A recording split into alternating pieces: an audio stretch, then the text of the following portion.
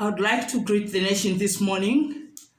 My name is Madam Sylvia Nawa, Namwango Nawa. By calling, I'm a reverend, and by assignment, I'm a politician.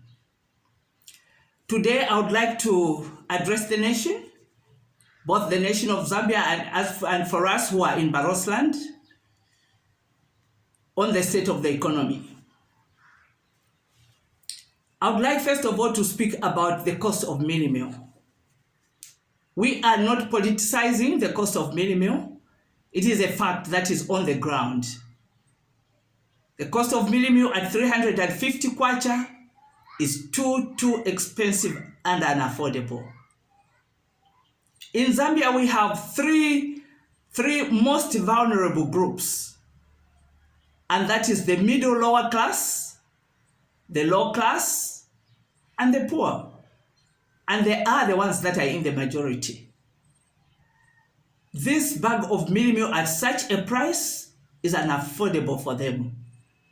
And because of that, they are starving. Now, if they are starving after we had a harvest of this last season, what is going to happen in the next season? Because this season, there isn't going to be much of a harvest. So what is the plan, Mr. President? There's got to be a definite plan, one that is attainable, one that is sustainable. A bag at 350 kwacha is just not a plan that can be sustainable. People are starving.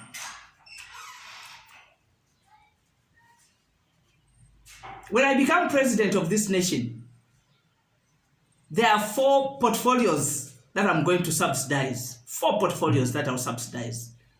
The first one will be agriculture.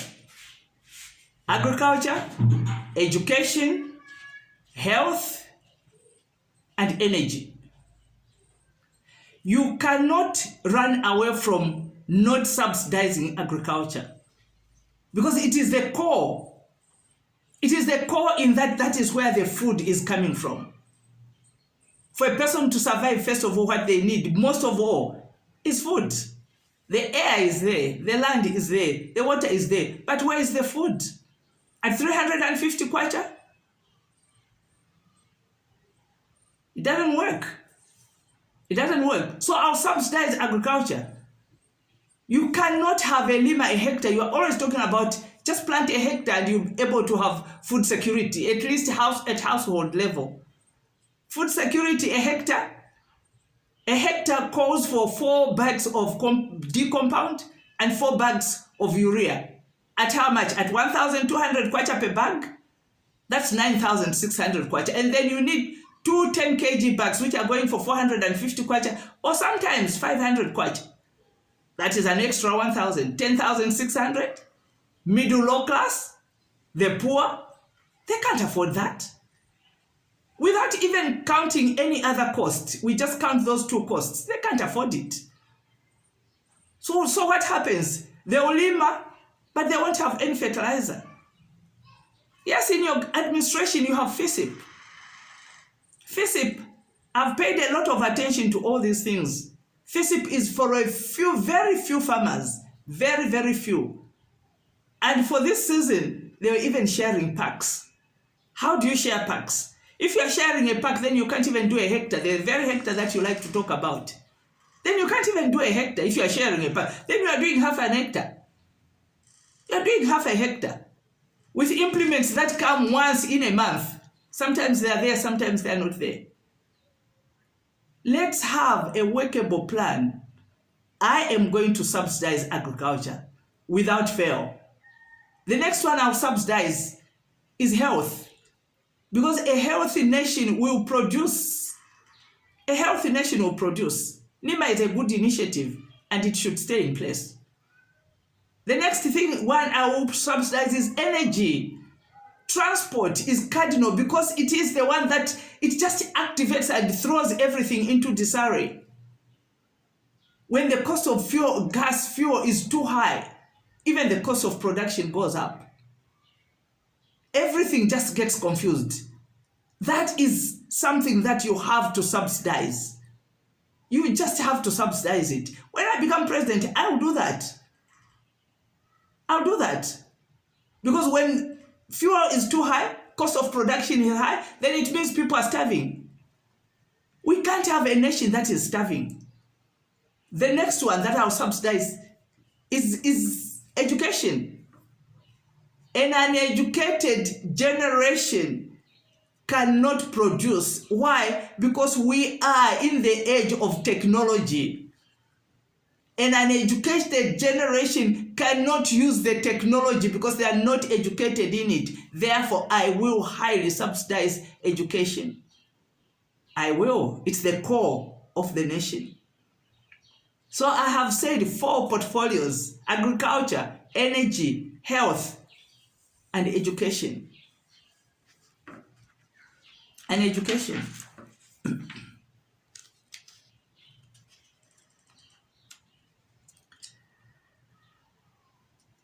What I would like to say again is when I'm president, in 2 years, I'll turn around this economy. 2 years, I'll turn around the economy. It doesn't take too long to turn around an economy. 2 years, because I have a plan for the nation. I'm not just looking at copper, but I'm looking more at the land. We have plenty of land in Zambia. We have plenty of water. 40% of the waters in the southern region, fresh water, is in Zambia. So why are we failing?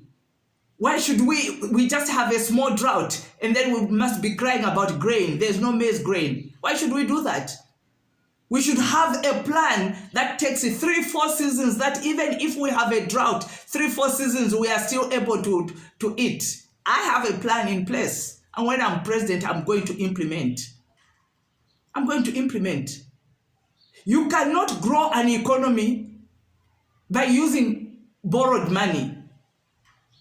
It's like a bad debt chasing it's a debt chasing another debt. How does that work? A debt is chasing another debt? It doesn't work. When do you recover? You don't recover. It will just be continuous like that. You got to reach a point where you say, no, we've got to move away from this. Let's tie on this one, let's tie on that one. Going around asking for money, borrowing money to pay debt is not the answer, Mr. President. It's not the answer. That is just taking us more downhill, more into debt. Because all the debt that you are collecting, when are you going to pay it back? How are you going to pay it back? Debt chasing another debt? It's bad economics, Mr. President. It's bad economics.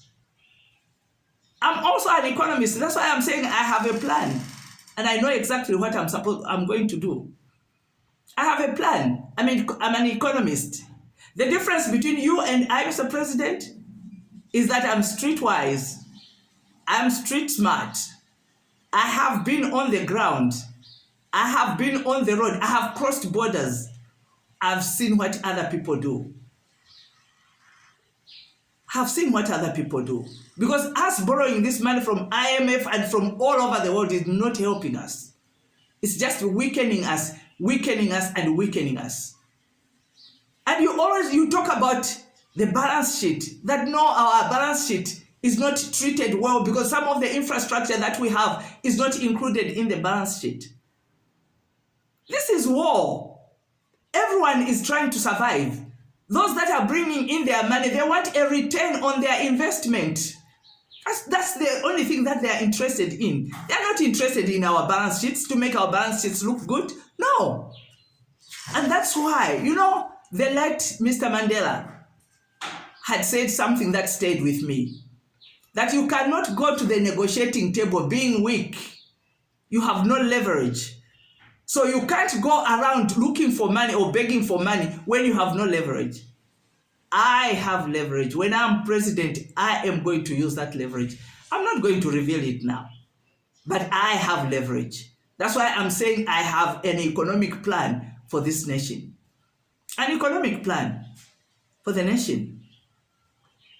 You can't go to a negotiating table, no leverage, in a defeated position where you are complaining about your balance sheet.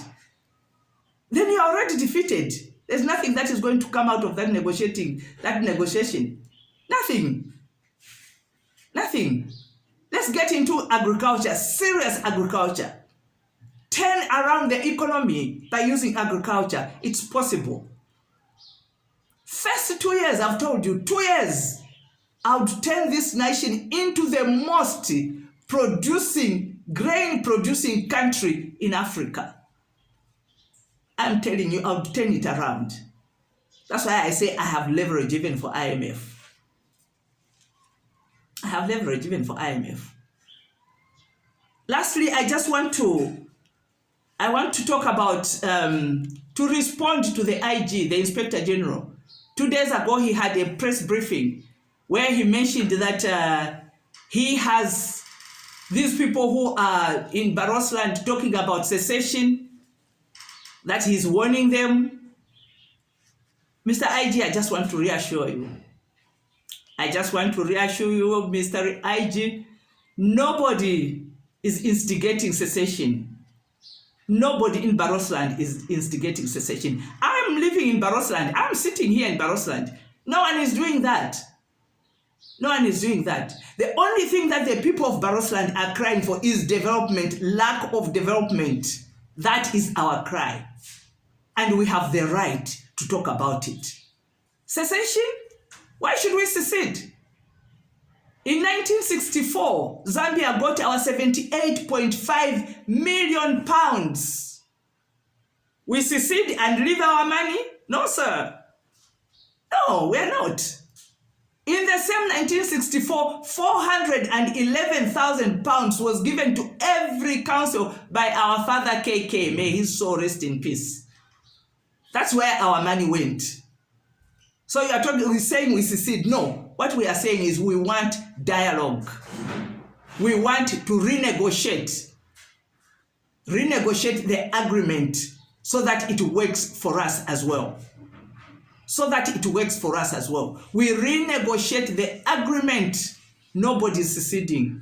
I have said before, we are a peaceful people. No one is instigating violence. We are peaceful, and what we want is peace. We don't want any more deaths. We are the generation that is supposed to put this matter to rest. Don't threaten us, because we also have rights to speak. We also have rights to speak. We don't want violence.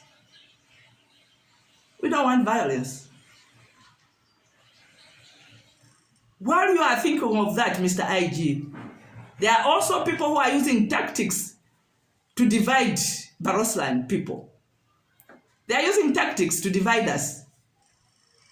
We are Lozis. Lozi is not a tribe. I want to educate some people there who think Lozi is a tribe. Lozi is not a tribe. It's a language. It's a dialect, just like Nyanja is. Just like Tonga is. Just like Bemba is. Because under the shade of those dialects, those languages, there are a lot of dialects. A lot. Here we have the Luis, we have Mbunda, we have Makomas, we have Makwandi, we have Makwangwa, we have Marubale, Maruchazi, we have Masoli, we have Matebele. It's a cross-section. We have 33 of them. All of us speak Lozi. That's why we are called Malozi. We come together because of BRE. That is our king. The Litunga is our king. Kaongolo Kanyambe. That is our king. We are held together by that culture and by that tradition. Otherwise, Lozi is not a tribe.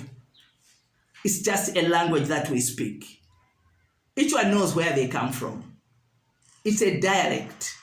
There are some people who are trying to separate us. They are also using divisive tactics and divisive language. We are now asking you also to look at them, Mr. IG. Look at them and tell them to stop. We are one people.